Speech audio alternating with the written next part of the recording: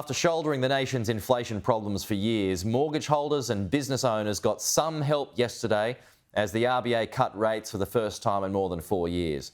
But as you just heard from the owner of a Melbourne cafe, won't change much. Joining us live now, Labor MP Julian Hill and Liberal MP Keith Wolahan. Good morning to you both. Julian, to you first here. People haven't forgotten the 13 rises that came before this cut, it seems. So has this help come too late? Well, it's welcome relief for millions of Australians who need and deserve rate relief. And it's testament to the hard work that the government and Australians have done together in the fight against inflation. But of course, you're right. It's not going to help every household problem, every small business pressure, or every economic issue. But let's deal in facts. The fact is, when the government was elected, rates were rising. Now rates are falling. Inflation is falling. Wages are rising. Unemployment remains at the average 50-year record lows. Debt forecasts are nearly $200 billion lower than when the government was elected, and now interest rates are falling. We do need to deal in facts, but there's more to do. There are also other facts too about record insolvencies. Yeah, we've been over this before. Remember the other side of the equation, that there's also record new businesses. So you're not too worried about it? Well, we've been around in circles on this periodically, week after week. I understand that, but look, I see the articles in the Australian newspaper. Here's the thing. We just heard from a cafe owner in Melbourne who's just so down. He finally gets some relief, but you've got 12, 13 rises, and somehow he's managed to stay afloat. Well, interest rates are falling. That's a good thing. That is a good thing, Pete. And inflation is falling. Unemployment is at 50-year record lows. And let's be really clear. If Peter Dutton and the Liberals had had their way over the last 2.5 years, Australians would be far worse off. They've opposed literally every single cost of living measure the government's put forward. Power bill rebates for small businesses and households, tax cuts for every taxpayer, cheaper medicines, cheaper childcare. And you're right. A Labor government has not consigned tens or hundreds of thousands of Australians to the unemployment scrap heap. So Peter Dutton and the Liberals opposed every cost of living measure and everything that's helped keep the economy going while we win the fight against inflation, working together with Australians. Okay, Keith, would things be worse under you?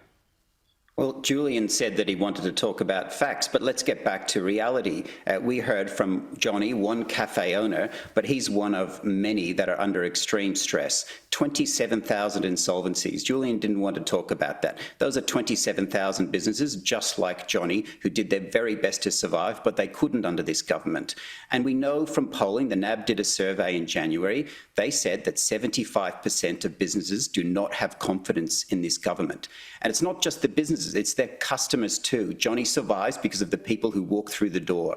In Victoria, in our home state, household incomes are at 2014 levels. We've heard from the Reserve Bank that household incomes won't return to normal levels until the 2030s.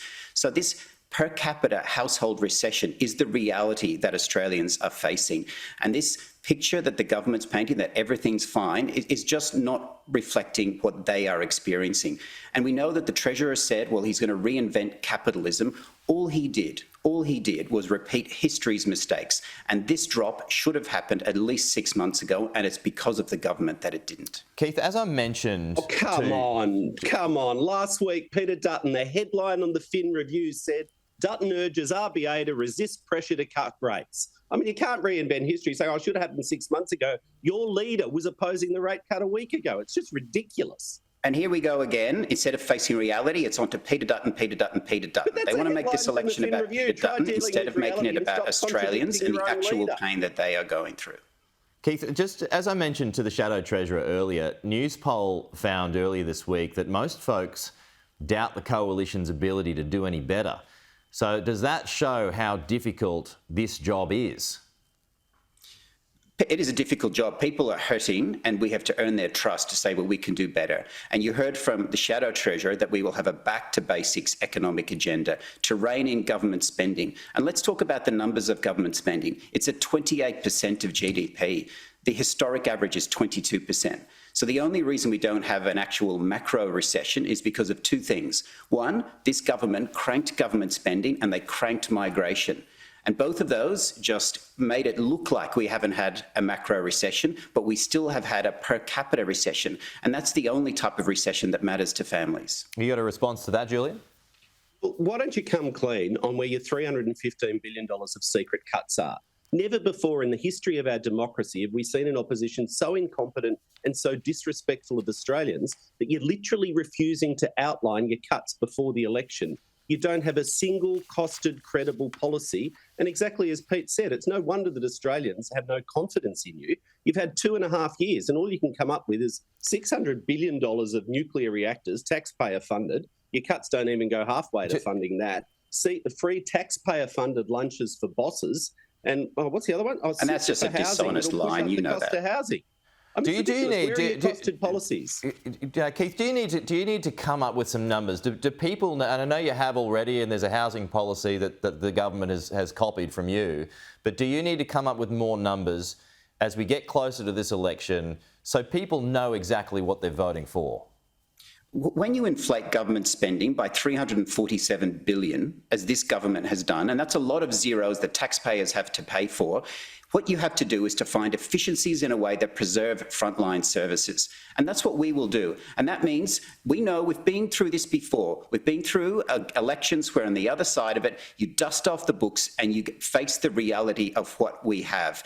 And when you do that, then you focus on finding efficiencies. This isn't hard. Families are finding efficiencies. The government can do the same and find efficiencies. Because at the moment, it's not the government and families working together. It's all families pulling their weight, and the government needs to pull theirs. Just a final one before we go, gentlemen. I was interested to know those comments just now. We're changing topics from Tony Abbott, who is leaning on peacekeepers when it comes to Ukraine. Russia, it seems as though we're on the track towards ending the war. Keith, to you first, do you think that there should be Australian peacekeepers following the war? Even though Russia is against it, should there be Australian peacekeepers if that is decided on the ground in Ukraine? As someone who's served overseas on the other side of the world, the deployment of Australian soldiers is one of the most serious endeavours and decisions we can make. I don't think something like that should be made lightly. I should also add that we live in the region that we live in, and I would like to think that's our primary focus. But again, that is a serious decision that the government should make. But I would be reluctant and cautious to follow Mr. Abbott's line. You got a thought on that, Julian? Yeah, well, look, I think Keith and I will stay on a unity ticket on this one. I do notice that he still hasn't outlined a single policy or where his cuts are going to fall. But on Tony Abbott's comments, Australia has contributed significantly towards the international effort to Ukraine, and we continue to support Ukraine. As for hypotheticals, speculation, I think you can leave that to commentators, you can leave that to former politicians, but we'll continue to work with the international community to support Ukraine. Julian, Keith, I always enjoy our conversations. They are lively ones and I appreciate it. Thank you so much. And Keith, thank you for your service as always.